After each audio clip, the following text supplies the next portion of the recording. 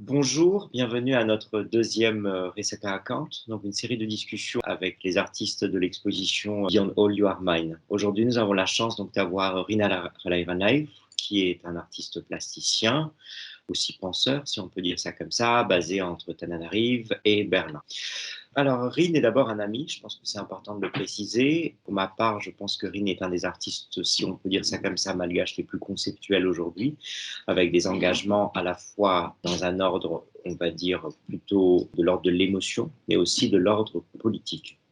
Et c'est pour ça que je me suis permis donc d'inviter Rin dans cette exposition Beyond All You Are Mine pour réagir justement par rapport à cette proposition, quel est le temps d'aujourd'hui et justement au-delà de tout ce qui se passe, quelles sont les bonnes réponses. Donc Rin, je te donne la parole, à toi de nous dire.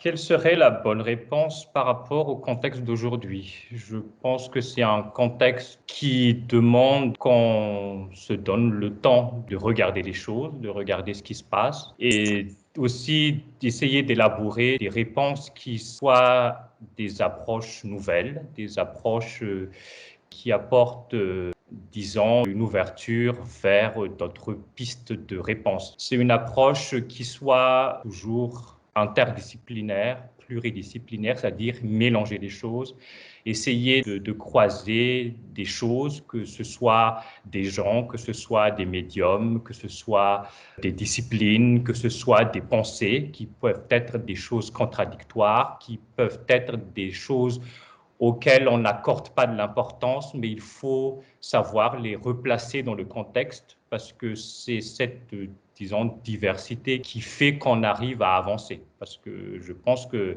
c'est un contexte qui nous demande à la fois de penser les choses, mais qui nous demande aussi de faire un pas en avant. Concernant les pièces, les œuvres en elles-mêmes, donc il y a deux installations en fait dans l'exposition.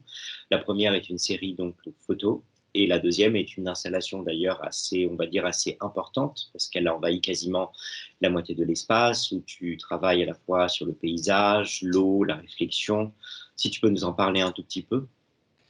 Oui, donc c'est un travail qui présente actuellement donc dans l'espace une triptyque de photos sur lesquelles on voit la mer et une grande installation qui est comme une espèce de perspective qui est tirée le long de l'espace comme un long rivière imaginaire et qui est composé d'un bassin qui fait actuellement 10 mètres de long sur 4 mètres de large.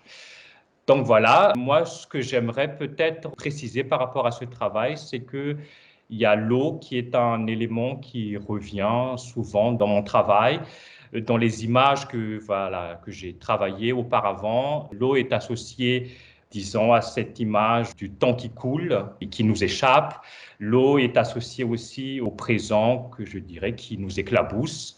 Et comme l'eau est aussi associée au futur qui nous tombe dessus, comme les vagues. Pour répondre directement peut-être à la question pourquoi cette installation est dans l'exposition, c'est que quand tu m'as proposé de réfléchir à quelque chose par rapport à, voilà, à ce contexte un peu complexe que tu as soulevé, j'ai cherché dans mon travail cette jonction et cette réponse, et effectivement l'eau est apparue comme une réponse pour moi à la fois évidente et pas évidente à la fois. C'est-à-dire que j'aime aussi le paradoxe et puis l'abstraction entre les choses. Je dirais, c'est des formes qui ne sont pas bavardes, c'est des formes, c'est des lignes qui sont tellement rigides quelque part parce qu'il ne s'agit que de choses géométriques dans cette installation et que les gens seront amenés à poser des questions. Est-ce que c'est de l'art? Est-ce que c'est esthétique? Est-ce que ça correspond à leurs valeurs? Alors, pour poursuivre un peu dans ta thématique de l'eau, c'est une question de ma part, justement pour reparler un peu du contexte malgache et pour parler de Madagascar. Nous sommes quand même un pays où l'eau est une grande partie du pays. Nous sommes une terre, mais l'eau est une grande partie. Est-ce que justement dans tes projections justement un peu liquides ou dans ces projections justement à travers l'eau, est-ce que c'est justement quelque chose qui revient et qui pour toi est important? Je pense qu'on pourrait traduire les choses parce qu'effectivement, nous sommes une île, on est entouré d'eau. Il est toujours question pour nous peut-être ou peut-être même pour les autres, de toujours traverser l'eau, aller de l'autre côté, traverser l'eau, mais aussi traverser le temps, traverser les autres, traverser les frontières, traverser l'histoire. Ça peut être aussi la vie, ça peut être aussi les émotions, ça peut être aussi des épreuves et que finalement, nous tous, on traverse tous aussi la vie et on va tous aller quelque part. Chérine, après donc toutes ces grandes traversées et tous ces mélanges que tu prônes à chaque fois, pour toi aujourd'hui, quel est le présent et quelles sont aussi tes projections futures?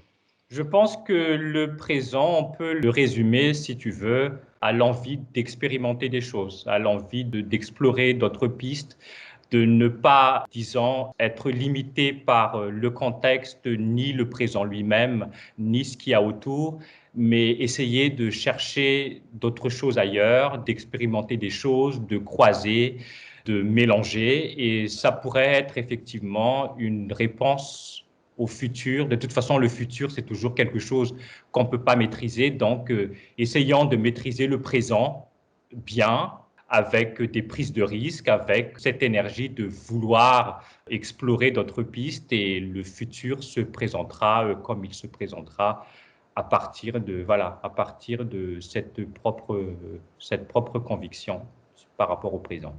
Très bien. Merci.